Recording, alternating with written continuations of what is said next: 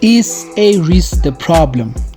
The boy doing things just can't seem to do just one thing right, bruh, and that's to hold together a damn squad. What's good, YouTube? Welcome back to SA Hip Hop Weekly with Bot Lucine, and today we're going to be talking about the fall of not the fall, the failed relationships of A-Reece and everybody else, because A-Reece will never fall, bruh.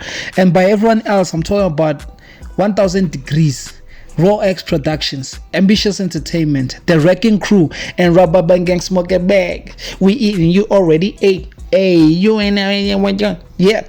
Alright, let's get into it.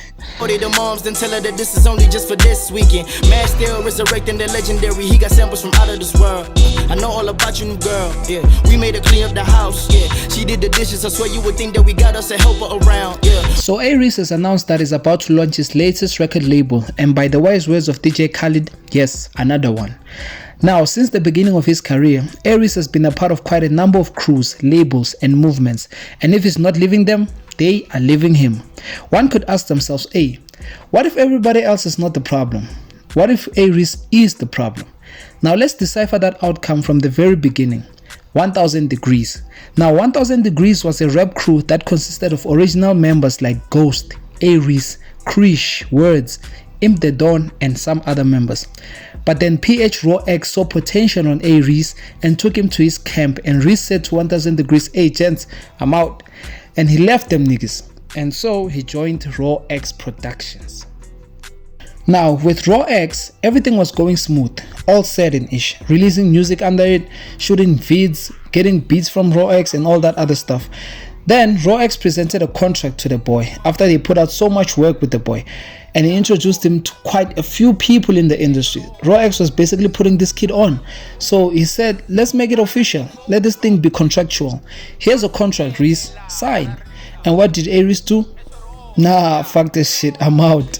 Now with that contract, my 2 cents is, I remember Reece saying on some interview on the radio that the contract was a bad contract and he couldn't sign it, so he suggested that there must be some adjustments here and there, and when his demands were not met, he left. And I don't blame him for that, because if you're presented with a contract and it doesn't please you and you bid with the label that make these adjustments, then I'll sign, and they don't agree with you, then screw that contract, don't sign it, bruh. And that's what Reece did. He didn't sign. So alright, moving on. Reece leaves Raw X and his brother says, yo, there's this label me and TK are under. Come along, I'll let the people at the top listen to your project and I'll let you know what they say. And so the people at the top listened to the project and they felt, yo, this kid is fire, like we need to sign him. And that label was Ambitiouz. So Ambitiouz took Reece under their wing and gave him a contract, allegedly. So they gave him a contract to sign, including Benchmark and them, and they read the contract and felt like there should be some adjustments made on the contract before Reece and Benchmark and them sign. And the label said, alright, cool, no problem. So the label took the contract back and said, while we fix the problem on the contract, let's work, gents. Now, I'm not making this shit up. Reece said it himself. He released his first album, Paradise, without signing a contract. And if you don't believe me, go check out the Slicker on Life interview he did with Reece and Benchmark.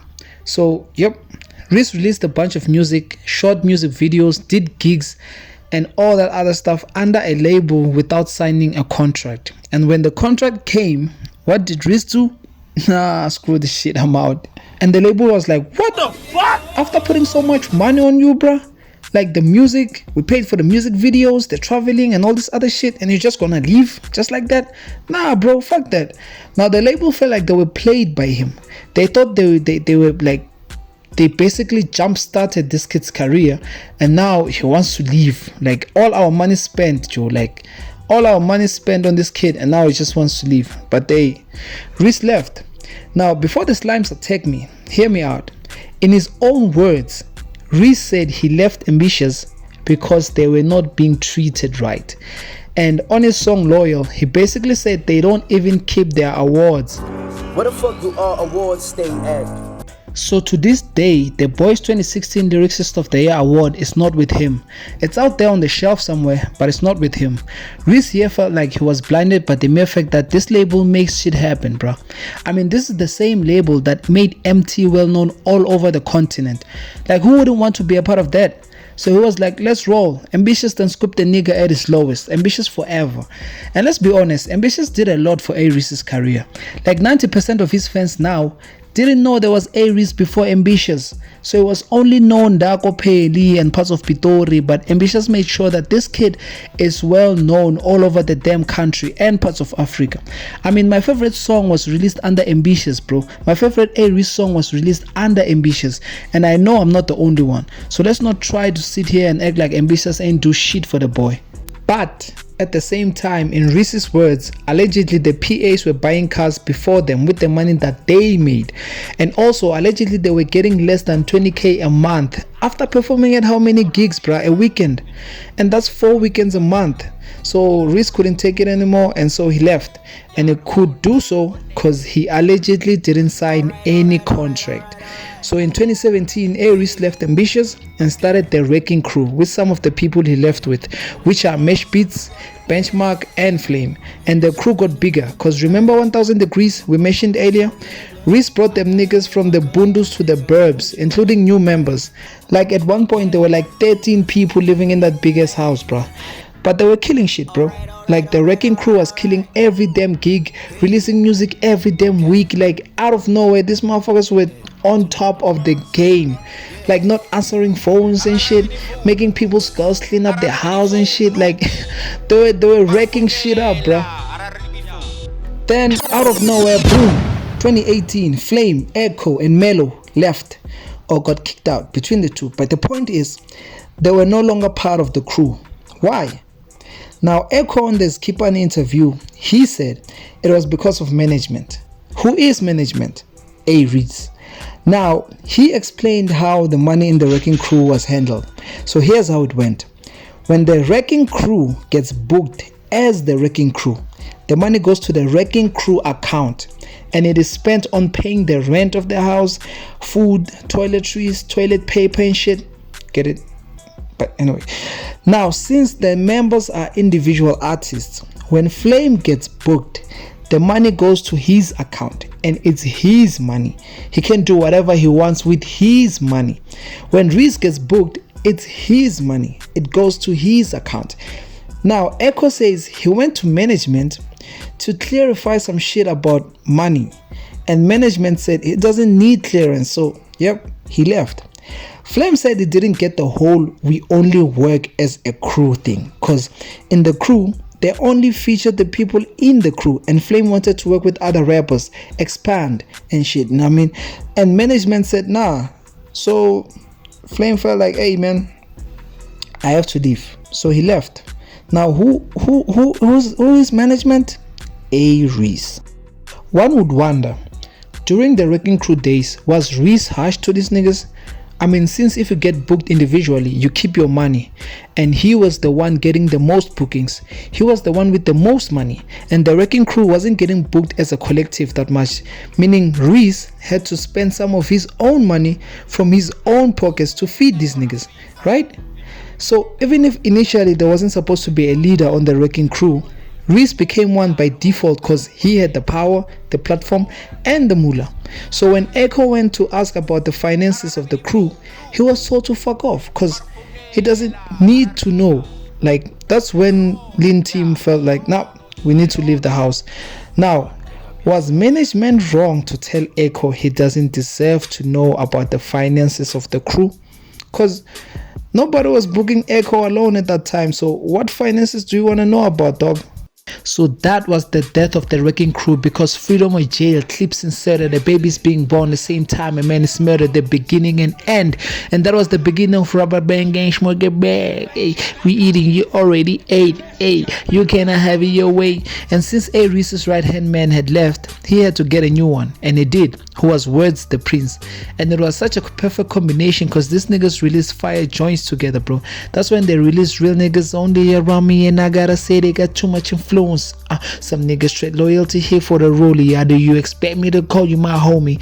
Which was definitely aimed at them niggas that left. The combo was so good that most of the beats they jumped on together were produced by the one and only MashBeatz, and there were not so many niggas at Rubberband Gang because X Globo was still there, Words, Im the Dawn, and them Mash behind the keys, of course. They even released merch and it sold out. Rubberband Gang was moving, bruh. Mash even released an album full of A-Reece features, cause as long as I got Mash, then I'm covered. Nothing can come between or above us. And the next thing you know, Mash left.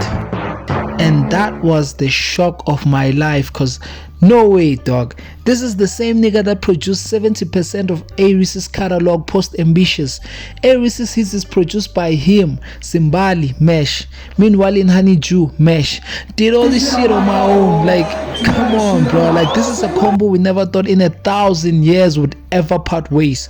Fake niggas is out of fashion, something is wrong, who's making your beats? Like, what? So what the fuck happened? Like Reece said on Loyal, it is all about the money. It's all about the money. And this was swift because nobody said anything. No one released a statement, nothing. Until Reece dropped that verse on Confrontation is Confirmation. Now on that joint, Reece said lawyers were sent his way, demanding exaggerated amounts and shit. So it is about the money. Because imagine this, ask yourself, how was Mash getting paid for all the beats he produced for Reece? Because in this game, gigs pay you, bro. Reece wasn't played on radio, so no royalties for Mash. Streams pay peanuts, so how was Mash really getting paid? Because Reece was the one getting the bookings from music that Mash produced.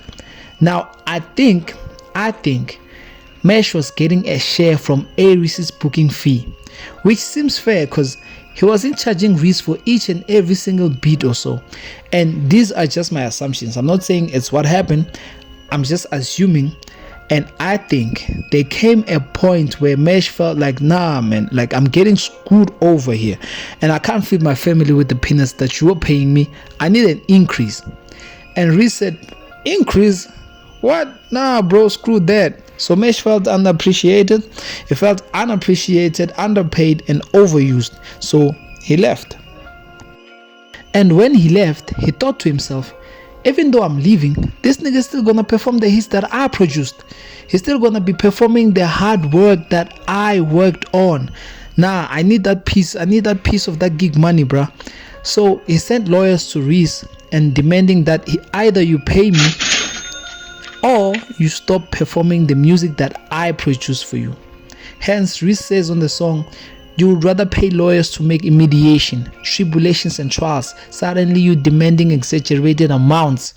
Now in Reece's mind, he's thinking, oh you motherfuckers. He feels like every single one of these niggas that kept leaving him are ungrateful as fuck and they used him to push their careers. He regrets starting the whole Wrecking Crew Rubberband Gang shit cause people kept blaming him that the crews failed, bruh. But how? Because he's the reason niggas were even able to put out full projects, bro. He probably even thought of that saying, die a hero or live long enough to see yourself become a villain. Because when will his efforts be appreciated? When?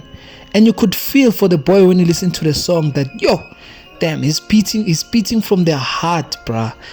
Until Mash came back with tweets and said, nigga, fuck that, I want my money.